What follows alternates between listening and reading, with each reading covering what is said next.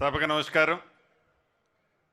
ఈ కార్యక్రమానికి ముఖ్య అతిథిగా వచ్చేసిన మనందరి అభిమాన నాయకులు గౌరవ ముఖ్యమంత్రి గారు పెద్దలు రేవంత్ రెడ్డి గారికి, సహచర మంత్రులందరికీ, ఉప ముఖ్యమంత్రి గారు బట్టి గారికి, అదే రకంగా పిసిసి అధ్యక్షులు వారు మహేష్ కుమార్ గౌడ్ గారికి, అందరు ఎమ్మెల్సీలు, ఎంపీ గారు, కార్పొరేషన్ చైర్మన్లు, అడ్వైజర్లు, వేదిక మీద ఉన్న ప్రజాప్రతినిధులతో పాటు ముఖ్య అధికారులు, ఈ కార్యక్రమానికి హాజరైన కుటుంబ సభ్యులందరికీ, ప్రింట్ అండ్ మీడియా మిత్రులకు కూడా హృదయపూర్వక నమస్కారం.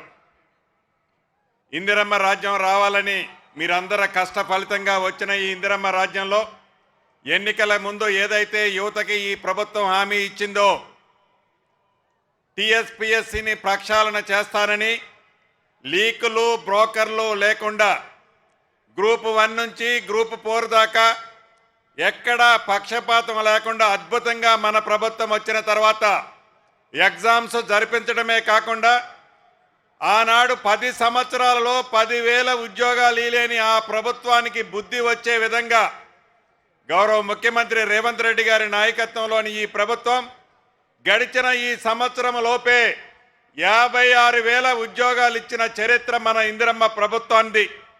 ఇందాక పెద్దల జీవన్ రెడ్డి గారు చెప్పినట్లు రేపు ఉదయం 10:30 గంటలకి గౌరవ ముఖ్యమంత్రి రేవంత్ రెడ్డి గారి చేతుల మీదుగా, మిగతా మంత్రులు, ఉప ముఖ్యమంత్రి గారి చేతుల మీదుగా ఇందిరమ్మ రాజ్యం అంటేనే ఇందిరమ్మ ఇళ్ళు, ఇందిరమ్మ ఇళ్ళు అంటేనే ఇందిరమ్మ రాజ్యం, మొదటి విడతగా 4,50,000 ఇళ్లు రాష్ట్ర వ్యాప్తంగా ప్రతి అసెంబ్లీ నియోజకవర్గానికి 3,500 ఇళ్లు తగ్గకుండా ఇది ప్రారంభిస్తూ రాబోయే 4 సంవత్సరాలలో ఆనాడు ఇందిరమ్మ ప్రభుత్వం ఉన్నప్పుడు ఎలా అయితే ప్రతి ఊళ్ళో ఇందిరమ్మ ఇళ్లు ఇచ్చామో గౌరవ ముఖ్యమంత్రి రేవంత్ రెడ్డి గారి నాయకత్వంలోని ఈ ప్రభుత్వం ప్రతి ఇంటికి 5 లక్షల రూపాయలు ఇళ్లు ఇస్తూ ప్రతి వాళ్ళకి, అర్హులైన పేదవాళ్ళకి ఇందిరమ్మ ఇళ్లు ఇచ్చే కార్యక్రమాన్ని రేపటి నుంచి అంటే 6వ తారీఖు ఉదయం నుంచి అధికారులు మీ గ్రామాలకు వస్తారు.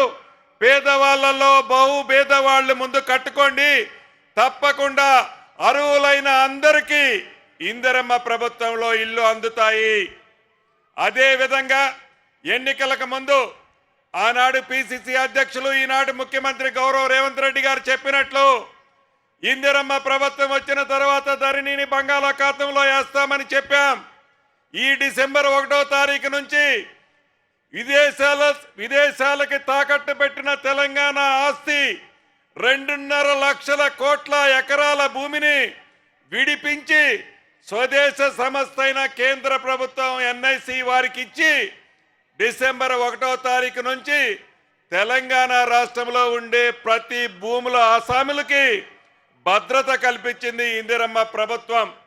అదే రకంగా వారి స్వార్థం కోసం 2026 చట్టాన్ని తీసుకొచ్చి అనేక భూములు వారు కబ్జాలు, ప్రభుత్వ భూములని వారి తొత్తులకిచ్చుకున్నారు. 2024 6 చట్టాన్ని రేపు అసెంబ్లీ సమావేశాల్లో పెడుతున్నాం.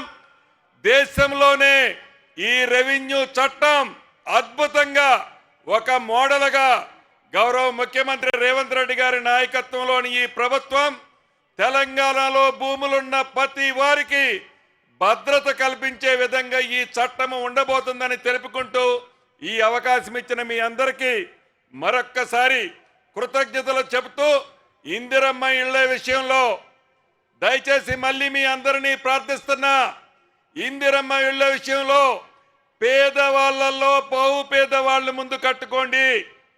ఎవరికి రూపాయి ఇవ్వాల్సిన అవసరం లేదు. ఇది ఇందిరమ్మ ప్రభుత్వం అని తెలుపుతూ సెలవు తీసుకుంటున్నాను. Thank you sir.